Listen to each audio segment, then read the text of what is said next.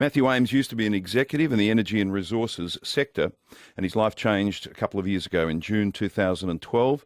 He got terribly ill very quickly and was diagnosed with toxic shock syndrome. The common bacteria strep A had entered his bloodstream and his body simply shut down. The only way Matthew could survive was to have all of his limbs amputated, and Matthew and his wife Diane have written an inspiring story about survival. It's called Will to Live. Matthew, Diane, welcome to 3AW. Thanks, Denis, for having us. That's a pleasure. Take us back to June 2012. Matthew, you'd been unwell. You went to the doctor. What did they say? They thought I had the flu. I thought I had a man flu, and unfortunately it got a little bit worse over the course of about a week, and eventually ended up in the emergency department, and kept on going downhill from there, unfortunately. Strep A. Yes. Were you then told, Diane, that if Matthew is to come through this, it's something drastic? It happened really quickly, but Matthew was admitted on a Wednesday night and then placed in an induced coma the next morning. So he deteriorated, and then the doctors came on the Friday and said to try and stem the toxins being spread through his body, that they suggested amputating his left arm, and then he continued to deteriorate. And on the Saturday, the doctor said they couldn't do anything more medically for him, that he was going to die, and the only option was to amputate his remaining limbs, and he had a less than 1% chance of surviving that. How much time did you have to make this decision? Well, basically the doctors came to us and we decided right then and there to go ahead with it. So I had Matthew's family with me, so the doctors came in and we talked, and we did say that Matthew was the one person in the world that we knew that would want to be here despite not having arms and legs. So, and it's so true. He woke up and has defied the doctors in that he wants to be here. He's living a very full life, and he's glad that we made the decision. A huge decision. Yes, it is a huge decision. Would you mind taking calls if people want to have a chat to you? Sure. 96900 693. You made a decision, but you didn't know, you believed you knew what Matthew's reaction would be, but there were still issues that you were told you would have to deal with, like anger, depression, all of these things, and that eventuated.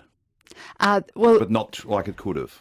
No, well, the doctors had said that Matthew would be in a deep, dark depression for months, that because he would wake up not knowing about the decisions that had been made for him. So people will understandably have depression after having an amputation, even when they're involved in the decision making, and to wake up with such short limbs, he's got substantial amputations that have been done, and not being involved in the decision, they counselled me to say that it would be quite a few months that Matthew would not be coping. What were some of your initial thoughts beyond the operation?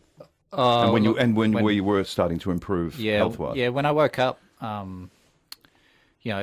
it was pretty devastating to hear what had happened, but I just remember, I got particularly sad when Diane was telling me about how the kids had to come in and say goodbye to me. That's probably the hardest thing. That's very touching in the book. And still is for me. And then, I just really had this overwhelming feeling that, it was going to be okay.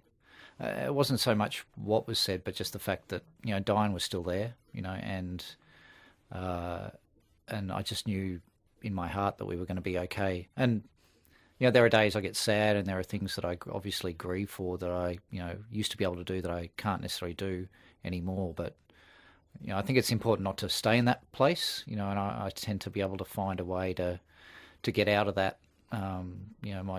If I have a bad day, generally I'll have a chat to myself before I go to bed and say, okay, that's enough. Let's get on with things tomorrow, and that normally works for me. So it's important that you were able to sort of give yourself the pep talk rather than coming from those around you. Yeah, it is, and I think it's also a point of acceptance. It's okay to be sad. It's okay that things aren't going perfectly well, and once you can, once I can accept that, then it helps me move on and have that chat to myself and get going.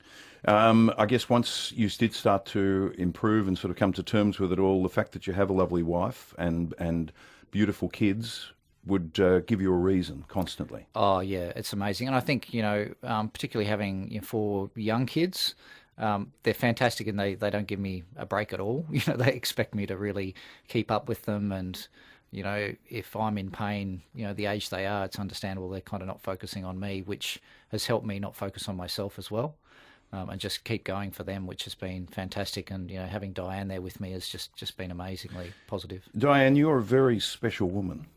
Oh, thank you. Well, you are. You are.